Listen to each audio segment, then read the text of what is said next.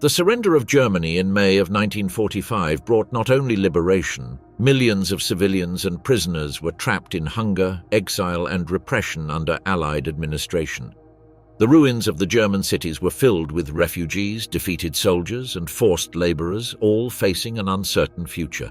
In the prisoner camps of the Rhine, tens of thousands of German soldiers survived in the open with minimal rations, without shelter or sufficient medical attention. In parallel, operations like Kielhall forced millions of people to return forcibly to the Soviet Union and Yugoslavia, where many were executed or sent to the Gulag. The expulsions of German communities from Eastern Europe added more violence and death to the end of the war. How were these policies justified to international opinion? Why did the victors apply measures that prolonged collective suffering? What real price did the Allied victory have in the post-war period? The fall of the Reich, hunger and ashes after the surrender. May of 1945 marked the official end of the Second World War in Europe. The unconditional surrender of Nazi Germany, first signed in Reims and later ratified in Berlin-Karlshorst, ended a 6-year conflict on the continent. Adolf Hitler's Reich had completely collapsed. Its leaders were dead, captured, or on the run, and the major cities were devastated after the Allied bombings. The images broadcast in London, Paris, New York, and Moscow showed crowds celebrating the victory. Within the borders of the defeated Third Reich, however, the scene was one of absolute devastation. The Germany of that May was a country physically and socially destroyed. A significant part of the housing had been reduced to rubble by the air campaign. Cities like Dresden, Hamburg, or Cologne had been reduced to ruins. The railway network was practically unusable. Systematic bombings and demolitions carried out by the retreating troops themselves had interrupted most of the lines. The transport of food and essential goods was chaotic, and the civilian population suffered from shortages of all kinds: bread, meat, coal for heating, clothing. Hunger became an immediate reality. During the war years, the Reich had sustained itself through the plunder of occupied territories. France, Poland, Ukraine, and the Netherlands had been stripped of grain, livestock, and industrial goods. With the defeat, those sources of supply disappeared. The destroyed factories, power plants, canals, and bridges reduced production and distribution capacity to a minimum. In the summer of 1945, the calories available per inhabitant were far below what was necessary to meet basic needs. In Berlin, Hamburg, and Frankfurt, the lines for bread and soup stretched for entire blocks. The rationing systems organized by the military authorities barely alleviated the situation, while the black market became a widespread means of survival. The barter of personal belongings for food became commonplace. To the material devastation was added a massive phenomenon of displacement. Millions of German refugees were fleeing from the Soviet advance in the east. Women, the elderly, and children were leaving East Prussia, Silesia, or Pomerania. They were moving on foot, in improvised carts or overloaded trains into the interior of the Reich. Roads and stations were saturated with endless columns. Between 1944 and the years after the war, millions of Germans were expelled or were forced to leave their homes in Eastern Europe. A central aspect of the immediate scenario was the fate of the prisoners of war. At the end of the conflict, more than 11 million German soldiers were under the control of the Allied and Soviet forces. Most had been captured in the last few months, when entire units surrendered en masse. On the Western Front, the American and French armies faced an unprecedented situation. Huge open-air prisoner camps were improvised in the Rhine region, later known as the Rhein-Wiesenlager. They were distributed along Rhineland, Palatinat, Hesse, and North Rhine-Westphalia. They were enclosures bounded by barbed wire, without barracks or permanent facilities. The muddy or dusty ground was the only available space. The prisoners lacked shelter from the rain and cold and received minimal rations of bread and watery soup. The access of the International Red Cross was limited during the first few months, which reduced the possibilities for inspection and humanitarian aid. Mortality figures in those camps have been the subject of debate. Official United States documents acknowledged tens of thousands of deaths from hunger, disease, and exposure. Some later studies suggested much higher figures, though these remain disputed. What is certain is that in the spring and summer of 1945, tens of thousands of prisoners survived in extremely harsh conditions without adequate shelter or sufficient medical care. The Allied military authorities justified the situation due to the unexpected magnitude of the problem. The massive surrenders of April and May had overwhelmed any logistical forecast. The Supreme Commander Dwight Eisenhower insisted on keeping the prisoners in German territory, avoiding long transfers. The consequence was the concentration of thousands of men in small spaces with insufficient supplies. In addition to the prisoners of war, the Allies had to manage millions of forced laborers and prisoners freed from the Nazi camps. In Germany, nearly 7 million foreigners remained, the majority from Eastern Europe, who had been deported as slave labor. Their repatriation proved slow and complex, especially in the cases of those who came from territories under Soviet control. Many of them resisted returning for fear of reprisals in their home countries. In parallel, the occupation was debated between punishment and administration. On one hand, there was an aim to hold the German population accountable for the crimes of the Nazi regime. On the other, it was necessary to reactivate basic services and prevent the total collapse of society. The Potsdam Conference, held in July of 1945, established as principles the demilitarization, denazification, democratization, and decentralization of Germany. It also called for economic reparations, including the dismantling of industries and the transfer of machinery to the victorious countries. During the first year of occupation, industrial production was strictly limited. Rail, electrical, and maritime transport was under Allied administration, with priority given to military and logistical purposes. The German population survived on rations that barely covered the essentials, which increased dependence on the black market. The dividing line between legitimate punishment and disproportionate reprisal was blurred in those initial months. Hunger and misery were considered by some Allied commanders as inevitable consequences of the war. In practice, these conditions caused epidemics of typhus, tuberculosis, and other diseases among a weakened population concentrated in destroyed cities. In this context, the mass expulsions of Germans from Central and Eastern Europe took place. Although the inter-Allied agreements legitimized these displacements, their execution was marked by violence, improvisation, and lack of resources. Entire families were forced to leave their homes in Poland, Czechoslovakia, Hungary, or Yugoslavia. Germany, ruined and with scarce resources, received a constant flow of refugees. On roads and at stations, columns of displaced people mingled with prisoners of war, released workers, and demobilized soldiers. The situation in the eastern area under Soviet occupation added another dimension. The Red Army had conquered Berlin and a large part of the Eastern Territory. There, along with material destruction, systematic looting and appropriations of industrial goods took place. Machinery, food and resources were transferred to the Soviet Union as war plunder, which intensified hunger in the areas under their control.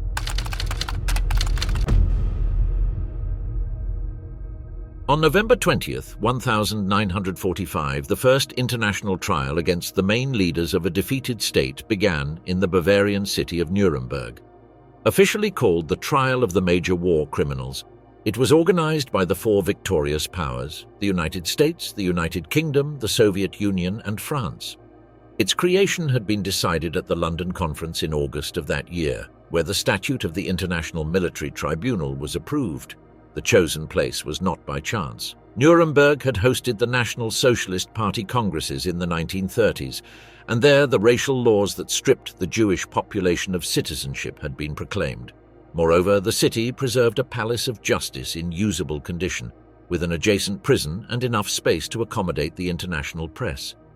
The court was composed of 8 judges, 1 main and 1 substitute for each power. Among them were Lord Geoffrey Lawrence from the United Kingdom, who presided over the sessions, Francis Biddle representing the United States, Henri Donadieu de Vabre for France, and Iona Nikitchenko for the Soviet Union, a judge of the Soviet Supreme Court who had participated in the Stalinist purge trials. The trial became an unprecedented media event. A special room was set up with simultaneous translation booths, headphones for judges, defendants, and lawyers, and a space reserved for more than 300 journalists.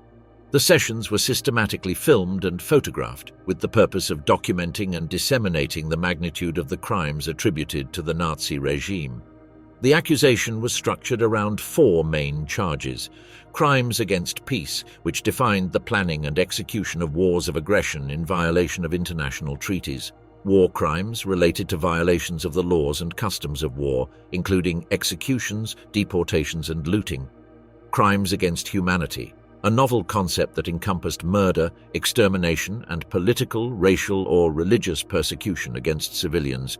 And finally, the conspiracy to commit those crimes, which allowed the defendants to be charged for their membership in organizations like the Nazi Party, the SS, or the Gestapo. The legal innovation of these charges generated criticism both at the time and in subsequent decades. Crimes against humanity and the crime of aggression had never before been specified. The tribunal was accused of retroactively applying non-existent rules at the time of the events. For the victorious powers, the magnitude of the Nazi atrocities justified this legal novelty. On the bench sat 22 defendants. Among them, Hermann Göring, former commander of the Luftwaffe, Joachim von Ribbentrop, Minister of Foreign Affairs, Wilhelm Keitel, Chief of the High Command of the Wehrmacht, Alfred Rosenberg, principal ideologue of the party, and Albert Speer, Minister of Armaments. The dominant figure was Göring, considered Hitler's successor until his fall from grace in the last months of the war. During the trial, he regained physical weight and confidence in his oratory. He became the unofficial spokesperson for the defendants, arguing with the prosecutors and responding with long interventions. The American magistrate Robert Jackson had serious difficulties countering his strategy, as Göring used documents and detailed recollections to put orders into perspective, question evidence, and point out contradictions in Allied policy. In his speeches, he went as far as to compare the German bombings of Warsaw or Rotterdam with the Allied air attacks on Dresden or Hamburg. He also mentioned the Soviet invasion of Poland in 1939 and the mass execution of Polish officers in Katyn as examples of crimes that were left out of the process because the perpetrators belonged to the winning side. Despite these arguments, the number of official Nazi documents presented as evidence proved decisive. Minutes of meetings, written orders, and films recorded by the Germans themselves served to confirm the magnitude of the extermination operations. The screenings of images of concentration camps and crematoria impressed the court and international public opinion. One of the most controversial episodes was precisely Katyn. In 1940, around 22,000 Polish officers were executed by the Soviet secret police in the vicinity of Smolensk and other places. Upon discovering the graves, the Germans denounced the crime in 1943. However, at Nuremberg, the Soviet delegation presented it as a Nazi atrocity. The Allied judges accepted that version, despite the evidence to the contrary. It was not until 1990 that Moscow acknowledged the responsibility of the NKVD. Other sensitive topics were excluded from the debate. The massive bombings on German and Japanese cities, including Dresden, Hamburg, Hiroshima, and Nagasaki, were never considered crimes. The launching of nuclear weapons by the United States in August of 1945, with an extremely high number of civilian casualties, was not part of the accusation. The Allied doctrine held that these were legitimate military operations, nor were reprisals or summary executions committed by Allied troops mentioned. Episodes such as the massacre of prisoners in Biscari, Sicily, in 1943, or the deaths of German soldiers in prisoner camps of the Rhine in 1945 were left out of the trial. Instead, the tribunal declared the SS, the Gestapo, and the leadership corps of the Nazi Party as criminal organizations, which opened the door to thousands of subsequent prosecutions in minor courts. The trial lasted for almost 1 year. More than 200 witnesses were heard, and about 3,000 documents were reviewed. The defense argued due obedience and questioned the legitimacy of a court composed solely of the victors, but these lines of argument had little effect. The 1st of October of 1946, the sentences were delivered. 12 defendants were sentenced to death, among them Göring, Ribbentrop, Keitel, and Rosenberg. 3 received life imprisonment, including Rudolf Hess. 4 were sentenced to prison terms of between 10 and 20 years, among them Albert Speer. 3 were acquitted, Hjalmar Schacht, Franz von Papen, and Hans Fritzsche. The court rejected obedience to orders as an absolute defense, although it admitted that it could be considered a mitigating factor. The night of October 15th, hours before the executions, Göring committed suicide in his cell with a cyanide capsule. The origin of that poison was never clarified, and his death avoided the public image of his execution. In the following early morning, 10 condemned were hanged in the gymnasium of the Nuremberg prison. Their bodies were cremated and the ashes thrown into the Isar River to prevent their graves from becoming places of worship. The Nuremberg trial established precedents in international law and showed the ability of the victors to define post-war justice, including deliberate silences about their own actions. The German defeat in 1945 posed an unprecedented challenge. The victorious powers not only had to administer a devastated territory divided into occupation zones, but also transform an entire society that had lived under National Socialist rule for more than a decade. The central question was how to prevent the resurgence of Nazism. The answer was the Denazification program, designed to eliminate all influence of the National Socialist German Workers' Party and, in parallel, instill democratic values under the supervision of the Allies. The general framework was defined at the Potsdam Conference in July of 1945. There, 4 basic principles were established for the administration of Germany: demilitarization, denazification, democratization, and decentralization. Denazification became one of the axes of the occupation policy, although from the beginning tensions were evident between the declared objectives and the real difficulties of its application. The main tool was the Denazification questionnaire, known as Fragebogen. With up to 131 questions, this form had to be completed by millions of citizens. It asked for information about political affiliation, participation in National Socialist organizations, positions held, professional activities, and family ties. Without this document, it was impossible to keep a job, access housing, or receive ration cards. Based on the answers, the authorities classified each individual into 5 categories. In the first were the main culprits, directly responsible for war crimes or high-ranking leaders in the party and its organizations. They faced formal trials, long sentences, or forced labor. The guilty included officials and officers who had actively collaborated, subjected to prison sentences, confiscations, and exclusion from public office. The lesser guilty included cases with limited participation and usually received fines or work restrictions. The sympathizers were those who had joined due to social pressure, convenience, or fear, generally sanctioned with warnings. Finally, the exonerated were considered free of ties to the regime. The scope of the process was massive. By 1946, more than 13 million people had filled out the Fragebogen. The analysis of such volume first fell on military authorities and then on local courts created under Allied supervision. Denazification was not limited to the leaders tried in Nuremberg, but extended to broad professional sectors that had supported the regime. Education was one of the most closely monitored fields. Thousands of teachers and university professors were removed from their positions under suspicion of transmitting National Socialist ideology. In many cases, simply belonging to teaching organizations controlled by the party was enough to be classified as sympathizers. The result was a severe shortage of staff in schools and universities, which the Allies tried to compensate for with accelerated training programs for new teachers.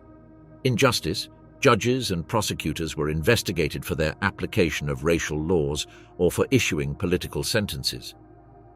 The purges varied depending on the area. In the Soviet area, most of the magistrates connected to the regime were removed, while in the Western zones many managed to reintegrate by claiming legal obligation. The press was subjected to strict control. All German newspapers were closed, and only new titles authorized by the occupation authorities were allowed to appear. Journalists identified as collaborators with the regime were excluded.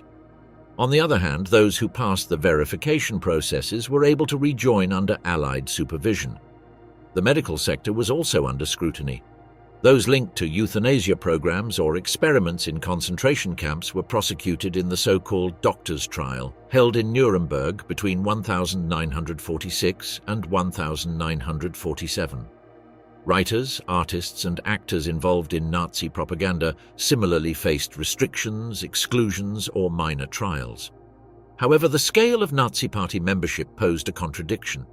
With millions of registered members in 1945 and tens of millions with ties in related organizations, it was practically impossible to find enough professionals without any connection to the regime. In administration, education, and justice, the majority had some degree of collaboration. Strictly applying denazification would equate to paralyzing basic services. In Bavaria, after the initial purges, very few teachers were left to meet the school demand. In Hesse, the expulsion of judges caused a considerable delay in ordinary judicial processes. The operational necessity led to the relaxation of the criteria. Sympathizers and culpable minors were reintegrated progressively, in many cases due to the simple lack of substitutes. This trend became more pronounced with the start of the Cold War, when the United States and its allies prioritized the reconstruction of Western Europe, Germany, as a strategic element against the Soviet bloc. The contrast was evident. While the speeches insisted on the eradication of Nazism, in practice thousands of former party members were returning to the administration, the police, the judiciary, and the educational system. The program also had a propaganda component. The Allies organized mandatory screenings of documentaries about the concentration camps, took groups of citizens to visit facilities such as Dachau or Buchenwald, and published pamphlets with images of the atrocities. The objective was to confront German society with the crimes of the regime and justify the occupation. As time went by, the process gradually faded. In 1946, the United States administration still had millions of forms pending review. The growing tension between Washington and Moscow reduced interest in sustaining a comprehensive program. In 1948, the majority of the procedures were transferred to local German courts, the Spruchkammern, which tended to impose light penalties and classify the majority as sympathizers. In the Soviet zone, Denazification was applied more radically in the early years, but soon became subordinate to the goal of establishing a socialist political system. In France and the United Kingdom, the priority was focused on obtaining economic reparations and maintaining political control, with limited interest in mass trials. The result was that by 1950 the program had lost strength in all areas. Although hundreds of thousands of people were subjected to formal processes, the majority received minor sanctions or were acquitted, while the reconstruction of the country and the new political division of Europe were imposed as priorities. Prisoners of the new order, the defeat turned into exile. The German capitulation in May of 1945 did not mean immediate freedom for those who had survived the conflict. The post-war period opened a new scenario of repression and forced displacements that affected millions of people throughout Europe. Prisoners of war, civilian refugees, forced laborers, and entire communities were trapped in processes of deportation, mandatory repatriation, and forced labor. The victors implemented policies that, under the pretext of restoring order, prolonged collective suffering during the first years of peace. Between 1945 and 1947, the British and Americans carried out what was referred to in official documents as Operation Keelhaul. The objective was the forced repatriation of millions of people to the Soviet Union and Yugoslavia. These were prisoners of war, forced laborers, refugees, and civilians who had fled the Soviet advance. The legal basis for these measures was found in the agreements of the Yalta Conference of February 1945. Churchill, Roosevelt, and Stalin had decided that all Soviet citizens liberated in Europe had to be returned to the Soviet Union, regardless of their will. This principle was applied broadly and ended up also encompassing groups from Balkan countries under communist influence. The number of affected individuals was enormous. Only in the Western occupation zone were concentrated between 2 and 3 million Soviet citizens at the end of the war. Many had been relocated to Germany as forced laborers, others were prisoners of war captured on the Eastern Front, and a considerable portion was made up of civilians who had fled the Stalinist regime. The Allies established repatriation centers where these people were gathered before being sent by train to the east. Although officially presented as an administrative procedure, in practice it was marked by coercion and violence. There are numerous records of collective suicides of those who preferred death to forced return. In several cases, British and American military units used force to hand over the repatriates directly to the Soviet authorities. The fate of many of them was bleak. The NKVD classified the repatriates according to their history and determined their fate. Some were executed immediately, others sent to labor camps in Siberia or the Urals, and only a minority managed to reintegrate into civil life. Although the exact numbers are difficult to establish, studies agree that hundreds of thousands were deported to the Gulag network after their handover. The operation also included anti-communist Yugoslavs. In May of 1945, in Carinthia, Austria, British forces handed over thousands of Croatian, Slovenian, and Serbian soldiers and civilians who had fled along with the German army. These were returned to Tito's forces and suffered mass executions known as the Bleiburg massacres, followed by long prisoner marches under extreme conditions. It is estimated that tens of thousands died in those episodes. Operation Keelhaul continued until 1947, when international pressure and the consolidation of the Cold War changed Western policy. By then, millions of people had already been returned to territories where repression, imprisonment, or death awaited them. In parallel, another large-scale process altered the ethnic composition of Central and Eastern Europe: the expulsion of German communities that had lived in those regions for centuries. The so-called Volksdeutsche numbered more than 12 million before 1939, settled in areas like Silesia, the Sudetenland, East Prussia, or Transylvania. During the war, the Nazi regime had used their presence to justify annexations and colonizations. After the German defeat, the governments of Poland, Czechoslovakia, Hungary, and other countries with Allied support decided to expel them as a measure of collective punishment and ethnic reconfiguration. The Potsdam Conference in July of 1945 endorsed these measures under the condition that they were carried out in an orderly and humane manner. In practice, the expulsions were marked by violence, improvisation, and high mortality. In Czechoslovakia, the government of Edvard Beneš enacted the Beneš Decrees, which authorized the expropriation of properties of Germans and Hungarians and their expulsion. Between 1945 and 1947, nearly 3 million Sudeten Germans were forced to leave the country. In numerous cases, the expulsions were carried out even before Potsdam, consisting of forced marches with scarce means of subsistence and subjected to abuses by local militias. In Poland, the border shifted to the Oder-Neisse line, which meant the annexation of Silesia, Pomerania, and East Prussia. Around 8 million Germans residing in those areas were expelled or fled to the west. Many made long journeys on foot in the middle of winter, suffering from hunger, diseases, and attacks. In Hungary, close to 500,000 Germans were deported between 1945 and 1948. Similar processes occurred in Yugoslavia and Romania. Estimates on the death toll vary, but they are placed between 500,000 and over 1 million people who died from hunger, disease, or violence during the marches. The result was a radical transformation of the ethnic map in Central and Eastern Europe. Regions that had been multicultural for centuries became homogenized under Polish, Czech, Hungarian, or Yugoslav populations. Millions of displaced people arrived in a devastated Germany that could barely feed its own inhabitants. The fate of the German prisoners of war captured by the Soviet Union represented another chapter of great harshness. At the end of the conflict, around 3 million were in Soviet hands. The official policy was to use them as labor for the reconstruction of a country devastated by the war. The prisoners were distributed in thousands of camps of the Gulag system, from Siberia to Central Asia. They worked in mines, road construction, logging, and rebuilding cities like Stalingrad. The conditions were extreme: long days, intense cold, insufficient food, and lack of adequate medical care. Mortality was high, especially in the early years. Various estimates indicate that around 1 million German prisoners died in Soviet captivity, although the exact figures remain subject to debate. The repatriation process was prolonged. While in 1949 the majority of prisoners held by the Western powers had already been released, in the Soviet Union thousands remained for another decade. The last large group of prisoners returned in 1955, after diplomatic efforts led by Chancellor Konrad Adenauer in Moscow.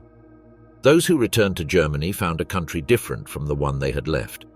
Many had spent up to 10 years in captivity, which meant a generational experience marked by absence and attrition, reflecting the deep scars of post-war Europe. From executioners to allies, the Reich re-emerges in the Cold War.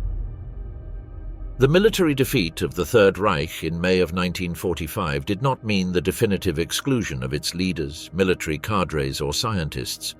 The accelerated change of the international scenario, marked by the rupture of the alliance between the United States, the United Kingdom, and the Soviet Union, opened a context in which former members of the regime went from being defeated enemies to becoming strategic collaborators.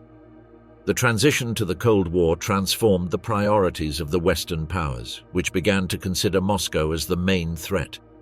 This shift favored the integration of individuals with a Nazi past into intelligence projects, scientific research, and political reconstruction.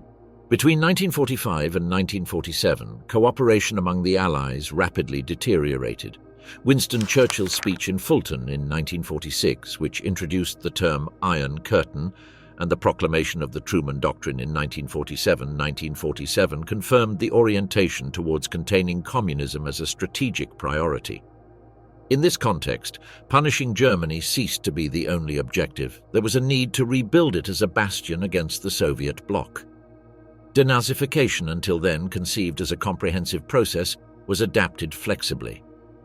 This adaptation opened the door to the reuse of former Nazi leaders and specialists, not due to ideological affinity, but for their technical value and their information networks. The fields in which this practice was most clearly manifested were military and aerospace science and intelligence services. Both were considered decisive in the global competition that was opening up between Washington and Moscow. One of the most representative programs was Operation Paperclip, led by United States military intelligence. Its purpose was to recruit German scientists and engineers to work on strategic projects in the United States. The best-known case is that of Werner von Braun, an engineer who had led the development of the V-2 rockets at the Peenemünde Research Center. Those missiles, used in the last years of the war against London and Antwerp, were the first medium-range ballistic and supersonic speed projectiles. They represented an unprecedented technological advance and had been produced using slave labor in Mittelbau-Dora, where tens of thousands of prisoners died. After the German surrender, von Braun and his team surrendered to American troops in Austria. They were later transferred to the United States along with documentation, plans, and rocket components. Between 1945 and the late 1950s, more than 1,600 German specialists were recruited under this program. In American territory, von Braun participated in the development of missiles such as the Redstone and the Jupiter, and later played a decisive role at NASA, where he led the design of the Saturn V rocket, fundamental for the Apollo program. His career turned a Nazi engineer into a central figure of the space race. Paperclip was not limited to von Braun. Other scientists contributed knowledge in aeronautics, chemical weaponry, and military medicine. In numerous cases, their files on involvement in crimes were modified or classified to allow their legal entry into the United States, despite the initial orders from President Truman prohibiting the recruitment of committed Nazis. The second area in which integration occurred was military intelligence. Reinhard Gehlen stands out, a German army officer who had led the section Fremde Heere Ost, specializing in gathering information about the Soviet Union. During the war, he had accumulated an extensive network of files, maps, and agents in the Eastern Territories. Faced with imminent defeat, he hid part of his documents in the Bavarian Alps and surrendered to American forces, offering his information network in exchange for protection. The proposal was accepted. With American support, Gehlen reorganized his structure under the name Gehlen Organization, headquartered in Pullach near Munich. From there, he recruited numerous former intelligence officers, police, and military personnel of the regime, some with backgrounds in the Gestapo or SS for Washington. The criterion was pragmatic. These individuals had experience and contacts in Eastern Europe, a region where Western services lacked operational capacity. In 1956, the Gehlen Organization transformed into the Bundesnachrichtendienst, the Federal Intelligence Service of the Federal Republic of Germany. Gehlen was its first director until 1968. During his tenure, the service became fully integrated into the Western espionage network and cooperated closely with the CIA. Beyond Paperclip and the Gehlen Organization, there were numerous cases of integration into Western structures. Some German doctors linked to experiments in concentration camps were used in pharmacology and biology research. Entrepreneurs who had collaborated with the regime retained relevant positions in the economy of West Germany, supported in part by the reconstruction programs of the Marshall Plan. In the administration of the Federal Republic, judges, prosecutors, and bureaucrats with a Nazi past returned to their functions due to the impossibility of replacing all the personnel in a country that urgently needed to be reorganized. The reuse of former Nazis responded to a logic of strategic priorities. For the United States and the United Kingdom, international communism was perceived as an immediate threat. This approach led to shifting the moral criterion that had guided the initial denazification processes. Individuals considered criminals in 1945 became, from 1947 onwards, useful collaborators. The cases of von Braun and Galen symbolize a broader phenomenon in which the boundary between victors and vanquished was reconfigured according to the political and technical utility of each person. Declassified documents in later decades revealed how compromising files were hidden or manipulated to allow these incorporations, evidencing the priority of strategy over justice in the early years of the Cold War.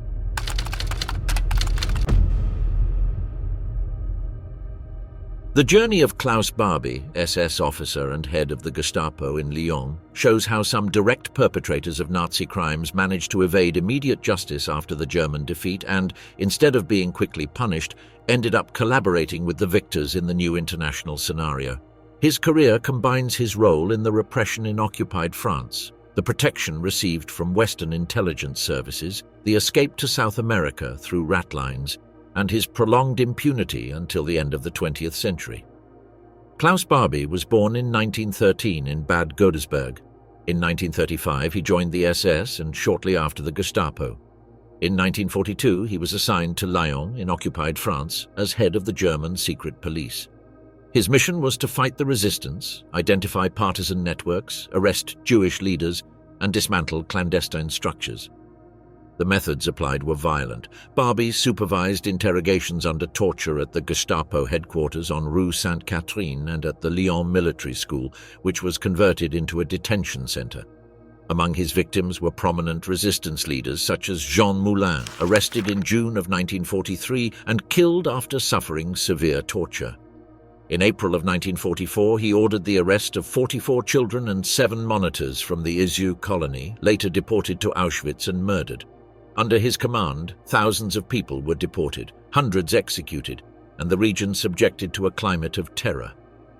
After the liberation of Lyon in September of 1944, Barbie fled to Germany.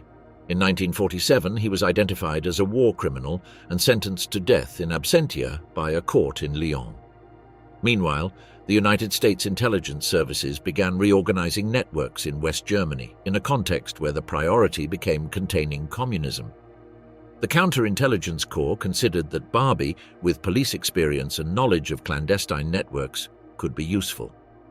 That same year, United States agents contacted him and employed him as an informant in Munich and Augsburg.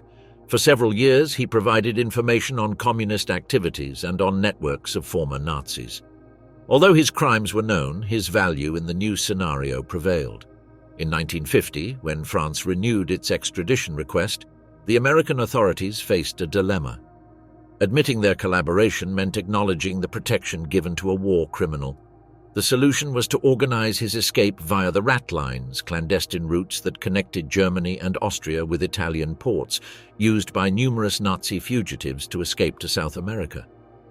With the help of priests linked to humanitarian organizations and with false documentation provided by the Americans, Barbie traveled to Genoa and in 1951 embarked for Bolivia. He adopted the identity of Klaus Altmann, under which he would reside for more than 30 years. In Bolivia, he obtained citizenship and established transportation and trade businesses. His military knowledge and intelligence made him an advisor to the armed forces in repression techniques. During the military dictatorships of the 1960s and 70s, he collaborated on security tasks and was linked to counterinsurgency operations. Later documents connected him with international networks of Nazi fugitives, arms trafficking, and with the capture and execution of Ernesto Che Guevara in 1967, although his exact degree of involvement remains a subject of debate. His impunity in Bolivia was possible due to the protection of local governments, which valued his experience in the context of the fight against leftist movements. Meanwhile, in Europe, researchers and journalists identified his true identity.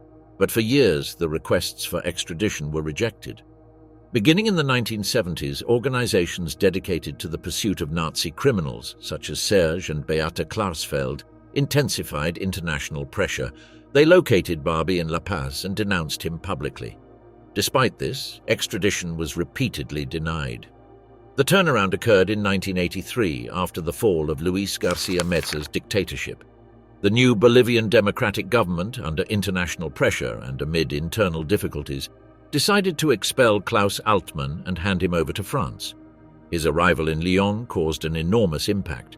In 1987, his trial began in the court of Lyon. The charges focused on crimes against humanity, with evidence related to the deportation of the children of Lisieux, the torture of resistance prisoners, and the persecution of Jewish families. The process included testimonies from survivors and abundant documentation. Barbie, already elderly, remained silent during most of the hearings. In July of 1987, he was found guilty and sentenced to life imprisonment. He died in prison in 1991. Klaus Barbie's itinerary exemplifies several dynamics of the post-war period: the use of Nazi criminals by Western services, the existence of escape routes to South America, the collaboration of fugitives with Latin American military regimes, and the delayed judicial accountability decades after the conflict.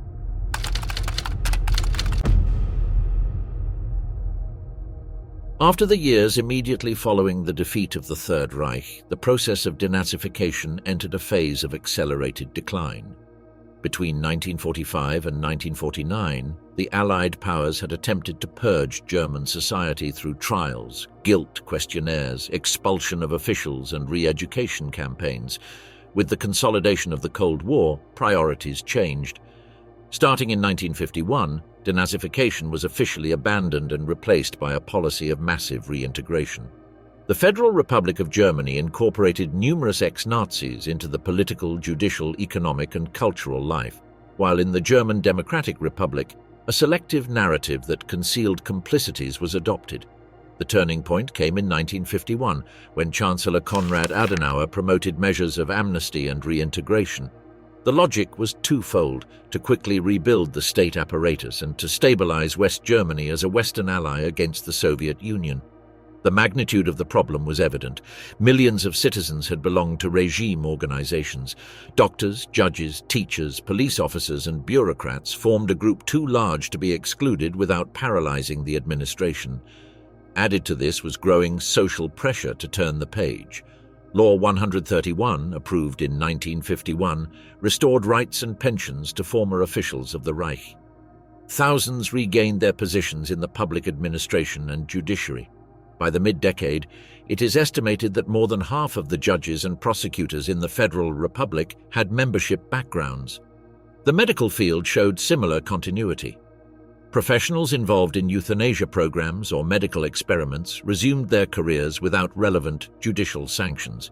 In the police and the Bundeswehr, cadres with a Nazi past were also reinstated. In political life, former members of the party held positions in democratic formations. In both the ruling Christian Democratic Union and regional parties, former Nazis were integrated into positions of responsibility. Pragmatism prevailed. The need for experienced administrators outweighed the desire for strict purification. The abandonment of denazification did not mean the total disappearance of trials for war crimes, but it did mean a drastic reduction in their scope. After the major Nuremberg trials, smaller trials were held against doctors, judges, industrialists, and officers. However, by 1949, political pressure led to many of them being slowed down or closed without sentencing. With the founding of the Federal Republic, judicial competence was transferred to national courts, which further reduced the intensity of the prosecution. Numerous defendants received light sentences or were released on bail. The figures show this shift. Of the hundreds of thousands of cases opened in the early years, only a minimal fraction concluded in effective convictions. Many files were archived and thousands of convicts were granted amnesties. In 1954, President Theodor Heuss decreed pardons that reached numerous collaborators of the regime. The consequence was that while some Nazi leaders had been executed in Nuremberg, most of the intermediate and local officials returned to normality. The official end of denazification did not mark the end of the quest for justice, but transferred that task to private initiatives. Simon Wiesenthal became a central figure in this effort. From Vienna, he founded a documentation center dedicated to gathering testimonies and tracking fugitives. His investigations contributed to the location and capture of criminals like Adolf Eichmann, arrested in Argentina in 1960. In France and Germany, Serge and Beta Klarsfeld also played a prominent role. Beta, born in Germany after the war, and Serge, son of a deportee, launched public campaigns against impunity. In 1968, Beta slapped Chancellor Kurt Georg Kiesinger, a former member of the Nazi Party, at a public event. In the 1970s, both identified and pressed for the capture of Klaus Barbie in Bolivia. These Nazi hunters operated with limited resources and amidst the indifference of the authorities. However, their work kept the demand for justice alive and contributed to breaking the silence imposed in many sectors of German society. During the first 2 decades, after 1945, much of the German population lived under a collective silence. Speaking about Nazism was uncomfortable or risky. Public discourse tended to present Germans as victims of bombings, expulsions, and the division of the country. The dimension of the Holocaust was relegated in everyday life, and the reintegration of former Nazis into key positions reinforced that climate of amnesia. The change came in the 1960s. The capture of Eichmann and his trial in Jerusalem revealed the magnitude of the extermination. In Germany, the Frankfurt Auschwitz trials between 1963 and 1965 publicly documented the responsibility of hundreds of Germans in managing the camps. In parallel, the 1968 student movement frontally questioned the silence of the previous generation. From then on, the memory of the Third Reich became a cornerstone of German democratic culture. Monuments, museums, and school programs incorporated the remembrance of the Holocaust as an essential part of the political identity of the Federal Republic. In the German Democratic Republic, the approach was different. There, Nazism was presented as a phenomenon specific to Western capitalism, while the socialist state proclaimed itself an heir to the anti-fascist resistance. This narrative concealed collaborations and reduced the past to an ideological tool. The official closure of Denazification in 1951 symbolized the triumph of pragmatism over thorough cleansing. The reintegration of former Nazis allowed the stabilization of the Federal Republic, but at the same time perpetuated a society marked by silences and contradictions. The memory of the crimes took decades to fully surface and was sustained by individual initiatives before becoming state policy.